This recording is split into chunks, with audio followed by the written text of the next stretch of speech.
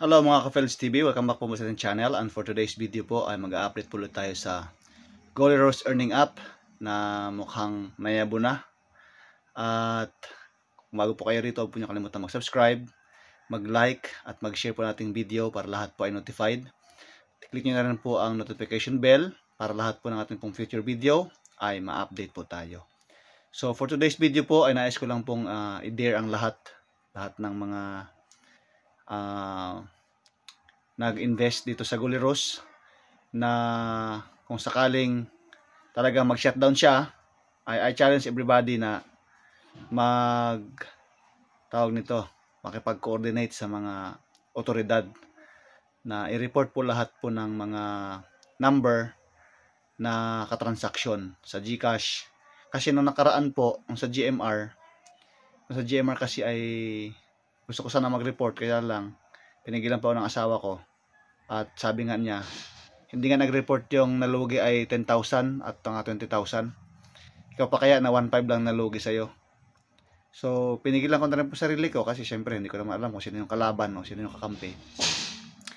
So, for now, ay ang akin pong papayo sa inyo ay collectively, gumawa po kayo ng grupo at sampa po ng formal na complaint sa cybercrime group sa mga provincial police station, na kung saan ay pwede po tayo magsampa ng kaso laban doon sa mga personalidad or doon sa mga SIM card number, yung sa mga cellphone number, para po kung buong Pilipinas ay magsumbong, so makikita po yan doon sa datos po ng cybercrime group. At ang maliit po na mga boses ng mga individual ay po pwede pong magkaroon po ng malawakang pag-iimbestiga. Kasi kung halimbawa po, yung mga taga Cavite lang yung magsusumbong, or mga taga Cebu lang ang magsusumbong, mga taga Davao lang magsusumbong, ay hindi po siya magkakaroon po ng malaking impact. Ngayon, kung magsusumbong po ang lahat po ng mga grupo ay magsusumbong doon po sa mga katransaksyon ninyo na hindi nyo rin naman po kilala, at least meron po tayong laban doon sa mga SIM card. Sabi po ng mga nagko-comment noon sa GMR na nag-shutdown ng GMR, na yun daw pong mga number na katransaksyon daw namin ay binili lang daw po yun ng mga scammer. Pero kahit ganoon pa man po, at least maimbestigahan po natin kung sino po talaga yung mga culprit na gumagawa ng mga ganitong kababalaghan. Kasi hindi lang naman po GMR, hindi lang naman po Golly Rose po yung kalaban natin dito. Actually, napakarami pong nagmamarket ng mga earning app na kung saan ay kumakalat pa rin at nanghihingi pa rin sila ng mga investment, which is alam po natin na scam po talaga siya. At inaantay lang po nila yun pong tamang panahon para makapag-kulimbat po sila ng napakadaming pera. Kaya lang, gamitin na rin po natin tong pagkakataong itong para mabibigyan po ng saysay, mabibigyan po ng justice yung atin pong mga pagkaloko sa mga earning app na yan. Kasi in the first place, hindi naman po talaga sila authorized na manghingi po ng mga investment, kasi hindi naman po sila connected, hindi naman po sila registered sa atin pong Security Exchange Commission. Ganoon din po yung secondary permit na sila po ay tatanggap ng mga investment at sila po ay magpapatubo. Yung contract signing, sabihin, di ba pag meron po tayong loan, naglo-loan tayo sa sa bangko, ay meron po tayong mga pinipirmahan na napakadami. Kahit po 10,000 lang yung ilo-loan ninyo. Nakakapagtaka na tayo, mga Pilipino, nag-i-invest ng mga libo-libo. May nag-comment nga 158,000 yung kanyang investment. Wala man lang pinirmahan kahit isa. So, doon pa lang mag-iisip ka na hindi talaga totoo yan. Bakit? Isipin mo, kung paano pag 1 million yung iyong investment, tapos walang pirmahan, walang contract. So, in short, parang sinasabi mo na rin na tinatanggap mo na nalugi ka, tinatanggap mo na na-scam ka.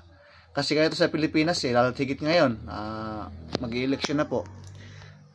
Sa election, isa-sidebit ko lang ng election kasi nakakainis ang mga Pilipino, bumuboto lang ng kahit sino. Tapos pagdating ng panahon na nagluloko yung mga binoto nila, nagreklamo na lang din sila. Tapos wala naman silang ginagawang maayos. So bago bumoto sa Lunes, sa May 12, isipin mabuti kung sino po talaga yung mga totoong tao, mapatunayan na sa kanilang mga ginawa. Hindi yung magiging ex-convict na iboboto pa, sumayaw lang ng kung ano-ano, iboboto na kaagad. Tapos para bang para bang ayuda na lang yung ating hinaantay. Yung puro na lang easy life na lang ang gusto natin. Kasi hindi kayo nakikinig eh. Pinagsabihan ko na kayo na wala pong maaasahan dyan sa mga earning app na yan kasi it's too good to be true. Ay, yung iba nakagalit pa. Pakialaman na lang daw yung iba, wag lang daw sila. Ay, ngayon, paano na ngayon yan? Di, lahat iiyak. Ay, di swerte yung mga nauna kasi nakakuha pa sila ng pera, nakapag-enjoy sila sa kanilang mga nakulimbat na pera doon sa mga bagong recruit. Ang kawawa po yung mga naglagay ng malalaki at ang mga bagong recruit pa lang sila. So, in short, nakakahiya ang mga Pilipino.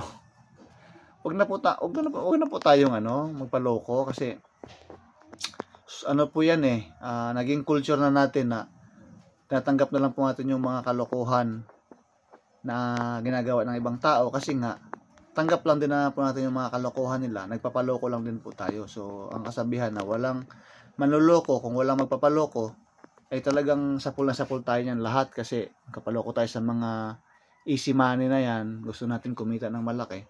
Sa palagay nyo, yung may-ari ng earning app na yan, hindi rin nag-iisip ng kita ng malaki. So lahat po tayo ay gustong kumita ng malaki.